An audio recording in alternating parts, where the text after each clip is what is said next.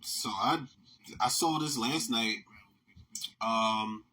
and after I saw it, I put a little bit of kind of lengthy description on Facebook as far as how I thought about the film that I had just saw. And I saw it again after that because when I put my initial thoughts on Facebook up, I said, I don't know how to rate this movie. You know, I know what I disliked about it for sure, but I know what I was given credit for also.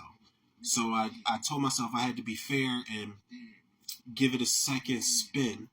So without spoiling anything, I'll say this. First of all, there were people that, somebody said this would make for a good video. Somebody said that, it was actually somebody calling my phone.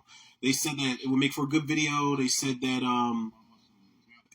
somebody said that they asked me was it any good or not. I wasn't sure because I hadn't seen it, so I couldn't give any thoughts on it. And I wanted to be fair at the end of the day. And one of the things I will say, I purposely was going to stray away from this movie for two reasons. I was going to stray away from this movie because I immediately looked at the title. Yes, I prejudged the title because I was like, Late Night with the Devil. I'm done with the religiously driven horror movies, man. I'm fresh off of The First Omen. That movie broke me in a way where I said, I'm not doing this shit no more. I'm not doing any more of may the power of Christ compel you and the Father, Son, the Holy Spigot and all of that shit. I'm not doing it anymore. I just can't do it.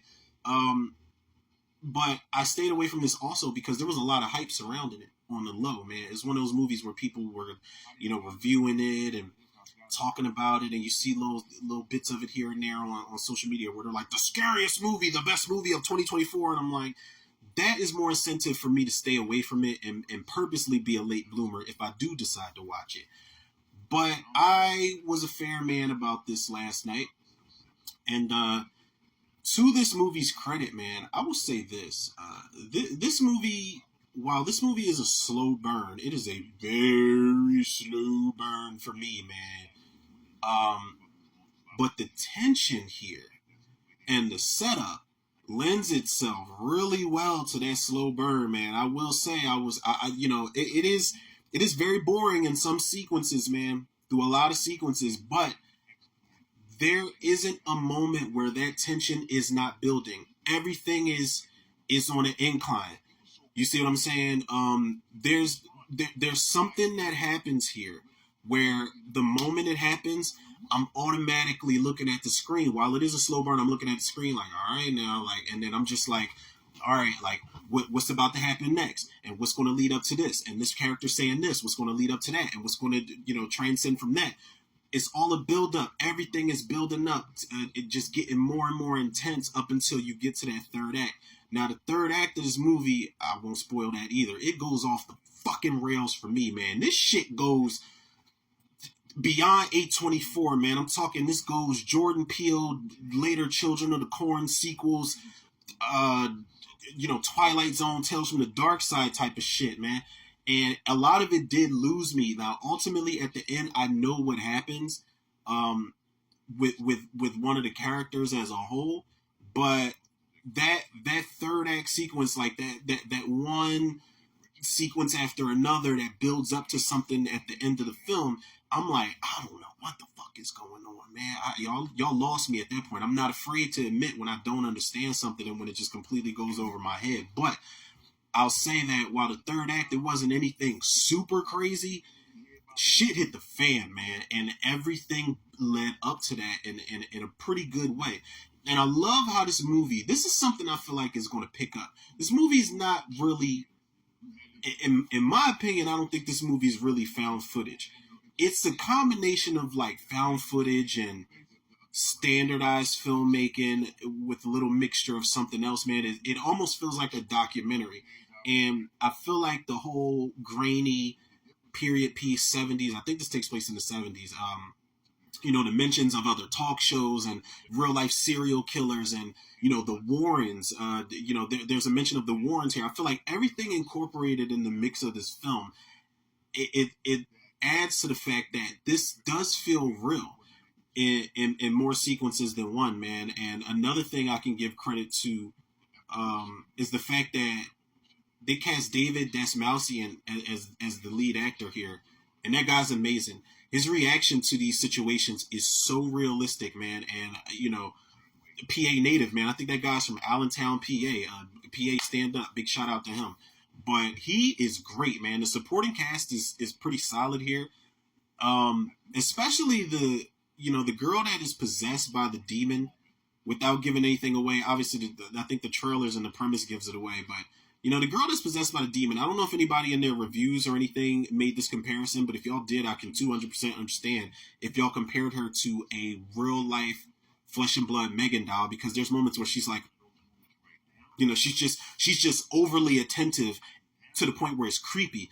And there's a moment where her voice changes up. It's very subtle, but her voice changes up. They do the whole exorcism thing. They do. And at that point, I was definitely ready to check out. I purposely tried to make myself hate this movie when the exorcism thing happens and her voice gets all T-Pain auto-tuned out. I was like, oh my God, here we go with the same shit. But it doesn't go in the direction that I think that I thought it was going to go, so I can give it credit on that too. But the girl, they do shit here, man, where I'm looking at the screen where I'm like, okay, is this real? Is it really happening on this stage? Is everybody hypnotized? Like, are they going to run the cameras back and see like what is happening here? It's one of those things where I will say this: the girl who's possessed, she has a line in the movie where she's like, "Don't worry, you're going to be very famous very soon." And I was like, "Oh my God, she's about to turn this whole fucking TV show on its ear, man. He's about to get the highest ratings in the history of television because she's about to flip shit in there." And she did.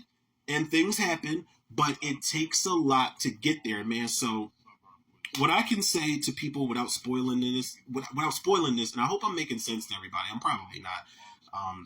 But if you do plan on watching this movie, if you want to finish this movie and you want to be invested in the story and the characters that are presented to us, be patient. Please be patient, man, because it is a slow burn film, and it is very much, it's very much like frame by frame, in the sense where when we take breaks, it's commercial breaks, or it's somebody talking about what happened during somebody's period in time or something like that. So it's things happen in real time, so you have to be patient with it as if you're really watching documentary footage. But all in all, man, I don't know, like I'm surprised that I didn't hate this movie. Like, I'm not gonna lie, man. I went into this wanting to talk shit about it, wanting to just bash it completely, and wanting to be like, oh my God, man, everybody's hype over this shit again. Overrated as far as right now? Yeah, it is. But I won't sit up here and say it's a bad film. I can't say it's a terrible film at all, man. So I'll give it like a 7.5 out of 10. Because it does feel real. In more moments than I expected, and they keep it going, man. I feel like, with the exception of some of the CG, like some of the computer effects that they have in here, it does not fit within the film grain of the movie. You can look at it, you can look at the film and feel like it's a period piece. It takes place in that time period, but when you see certain special effects, it's like, yeah, that doesn't fit there, and they just added it to put some some pizzazz on the film. But it's not enough to really take me out of the movie. I don't know if it's enough to take anybody else out of the movie, but I will say, just be patient with it. David Dastmalchian has a great performance. It's not your typical girl possessed, late night show type of film, man. It's got something different to it. As far as the film grain goes, it reminds me of the same type of film grain as Skinamarink. Only this movie is decent. It's decent enough to watch. So 7.5 out of 10.